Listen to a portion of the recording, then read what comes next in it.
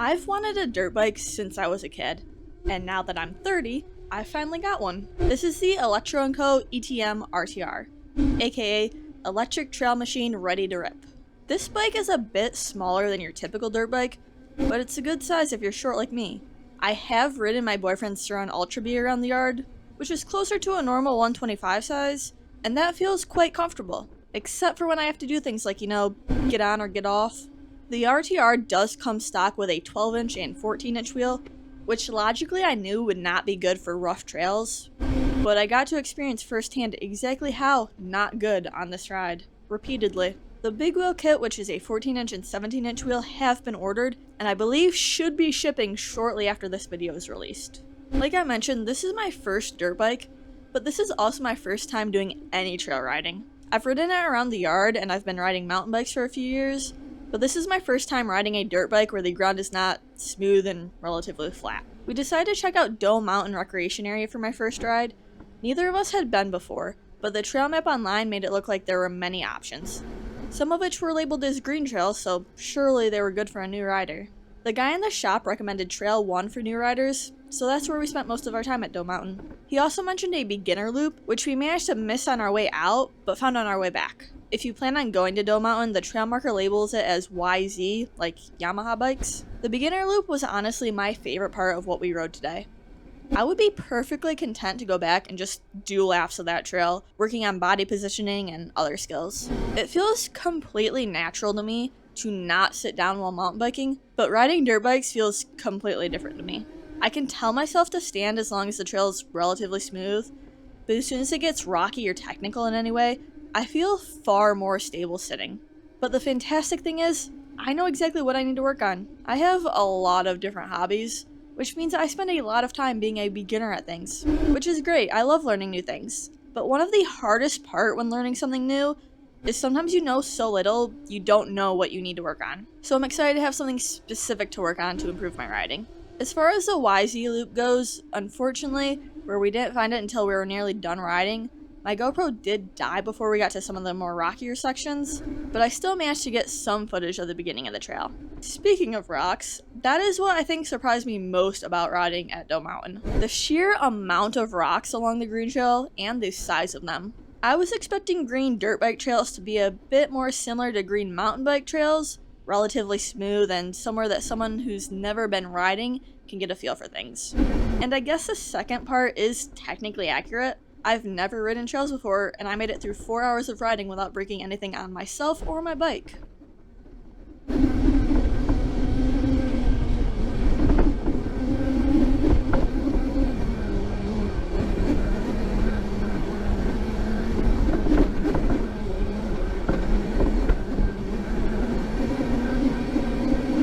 This is hard.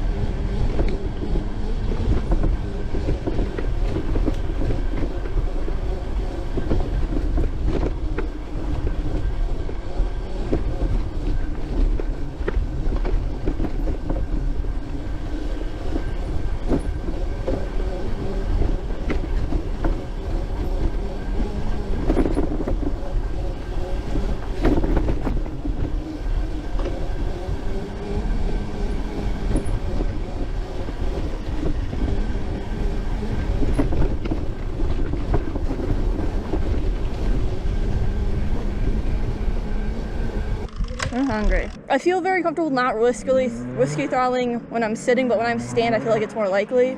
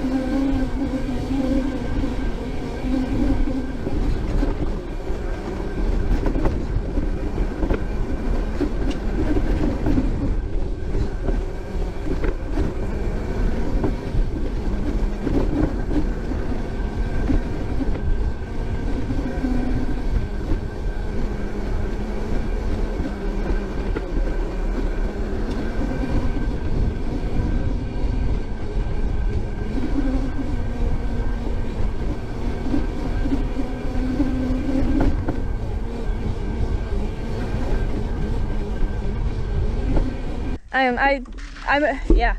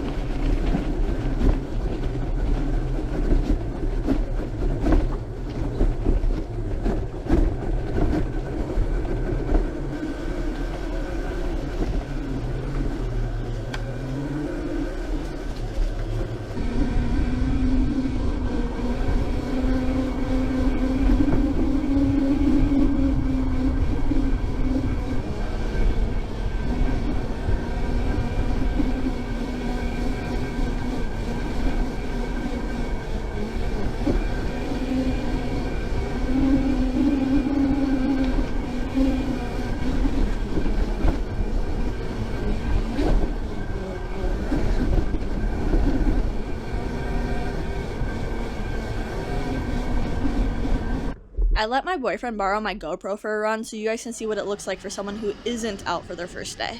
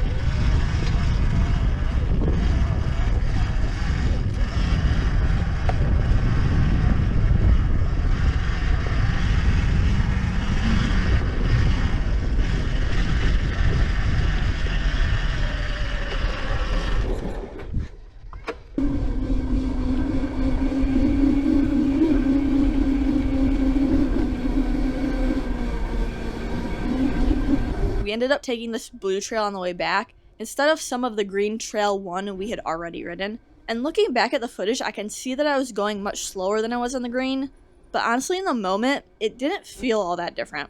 It was steeper, but again, I'm used to mountain biking, and typically with mountain biking trails, if you're within the same trail system and go from a green to a blue, you expect there to be something that requires more skill, something along the lines of more or bigger features, and I didn't really get that from this blue. It was very rocky like Trail 1 for sure, and it was steeper, but I didn't really feel like it was more technically challenging. And I don't want that to come across as a criticism or anything, just an observation that mildly surprised me.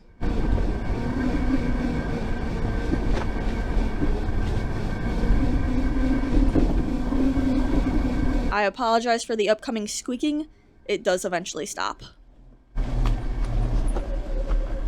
And here's your friendly reminder that trails are always steeper in person than they look on camera, especially on GoPros. I had my weight too far forward, which I should have known better, but when I braked, my fork sunk way more than I'm used to compared to my mountain bike fork, which when combined with the downhill made my weight shift forward even more.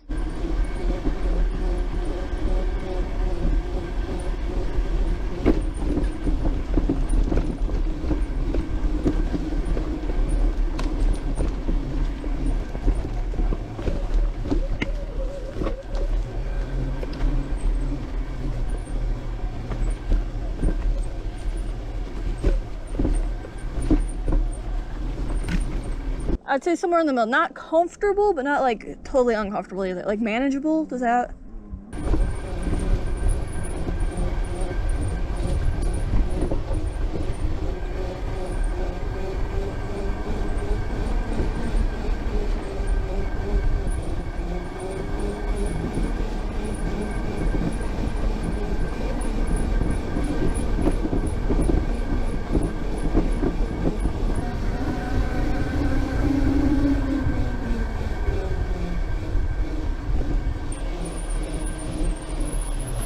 And here's where I scared my boyfriend by stopping to look at a cool rock. He turned around and I wasn't behind him, so he assumed I crashed or something.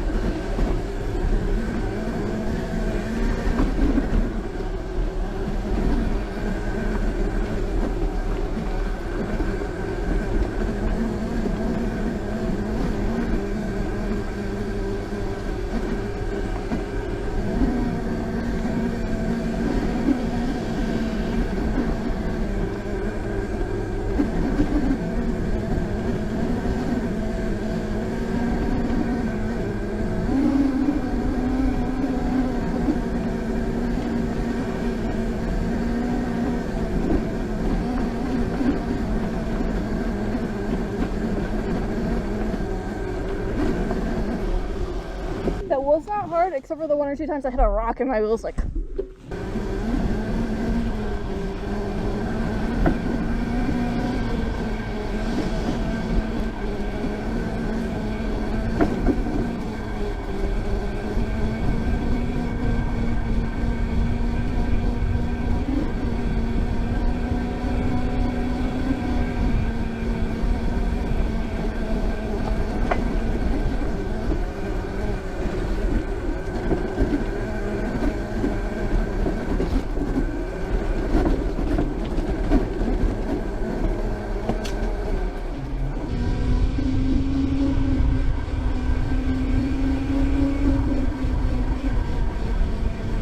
The Appalachian Mountains are older than Saturn's rings.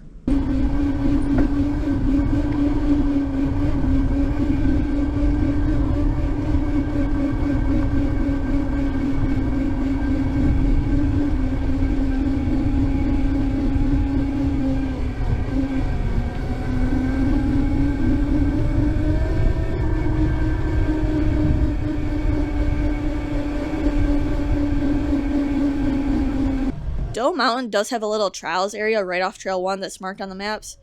It seems like it would be pretty fun to play around on if you have those types of skills.